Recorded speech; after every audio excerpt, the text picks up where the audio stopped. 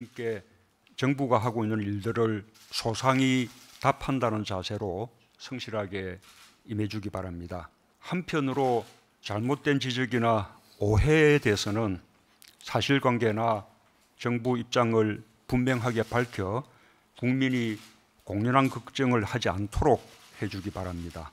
정부에서 잘하는 일, 못하는 일을 객관적으로 냉정하게 검토해 볼 필요가 있다고 생각을 합니다. 야당에서는 터무니없는 과장, 왜곡 이런 것들을 할 가능성이 아주 높습니다. 그런 부분에 대해서도 냉정하게 지적을 해서 허수아비 장난들을 내세워 국민들에 대한 책임과 도리를 회피하려는 문재인 정권에 다시 한번 깊은 유감을 끝장을 보는 집중력과 끈기로 문재인 정책의 허상을 국민 앞에 적나라하게 드러내는 야당의 진면목을 보여갈 것이라는 말씀을 드립니다.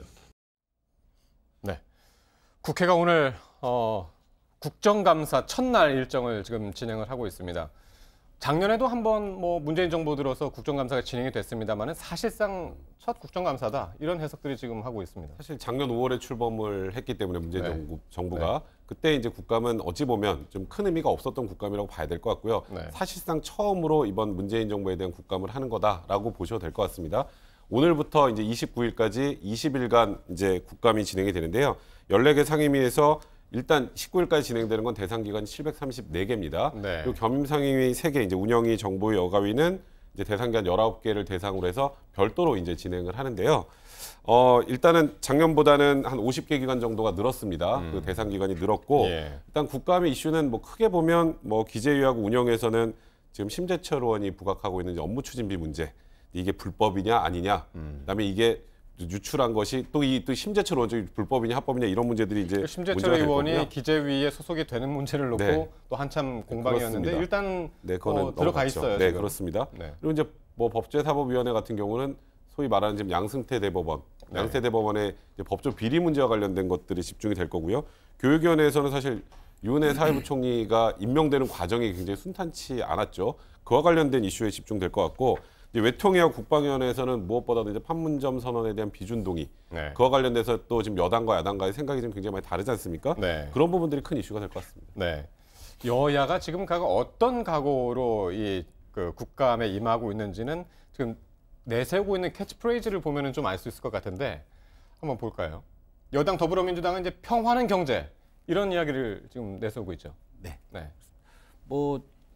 여당에서는 지금 한반도 정세를 어떻게 하면 경제를 연결시킬 것인가에 대한 고민이 좀 많고요. 그다음에 단순히 평화가 안보의 문제가 아니라 먹고 사는 문제라고 하는 것을 다시 한번 부각시키고자 하는 겁니다. 그리고 너무나 당연한 이야기지만 남북 문제가 해결됐을 때 생기는 일자리의 문제라든가 경제 성장의 문제라든가. 근데 이것을 그냥 정치 공세로 사사건건 발목 잡는 듯한 판문점 선언에 대해서도 그렇고 여러 가지 이슈에 대해서도 남북 문제에 대해서는 좀 달가워하지 않는 그런 야당의 모습에 대해서 좀 반대적인 이야기를 한다고 봅니다. 나머지 야당들을 보면은 민주평화당이 민생, 경제, 평화를 내세우고 있고요. 정의당도 고고가 이제 민생 살리고 평화 만들고 그건데 자유한국당이 지금 상당히 눈에 띄죠.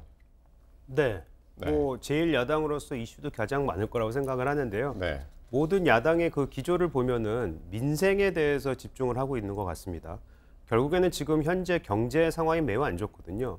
어제였나요? 지금 IMF에서도 나온 얘기를 들어보면 글로벌 경제가 지금 하향 곡선을 그리고 있다는 얘기가 나왔고 국내 대한민국 경제도 작년에 그 문재인 정부가 들어서 3%대를 3%를 약속을 했는데 이미 벌써 2.9%로 떨어졌고 또 그것마저도 추가로 더 떨어질 수 있는 가능성이 높다는 얘기를 한국은행 등에서 얘기를 했습니다. 따라서 지금 우리가 3.3%에서 2.8% 떨어지면 0.2% 아니냐. 하지만 아시지만 0.1%가 얼마나 큰 의미인지 알지 않습니까?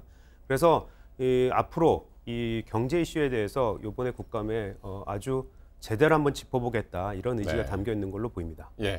오늘 그래서 이제 상임위 국감 첫날인데 어떤 상임위들이 지금 눈에 띄고 있습니까? 일단 법사위를 눈여겨봐야 될 것 같은데 오늘 김명수 대법원장도 나와서 인사를 하고 얘기를 했었는데요. 김명수 대법원장을 증인으로 출석시키느냐 마느냐 가지고 또 여야가 굉장히 치열하게 이제 공방을 했고요. 오늘 이제 문체부에서 문제 선동열 이제 감독이 네. 오늘 이제 증인으로 나오게 됩니다. 오늘 지금 열리는 건 제가 말씀드린 법사위와 문체위를 제외하고 또 정무위, 그다음에 농해수위, 국토위, 외교통일위 이렇게 지금 뭐 총 13개 상임위의 국감이 오늘 첫날 진행이 됩니다. 거의 모든 상임위가 오늘 네, 출동하네요. 그렇습니다. 14개 중에서 이제 13개 상임위가. 겸임 상임위 빼고. 네, 그렇습니다. 네.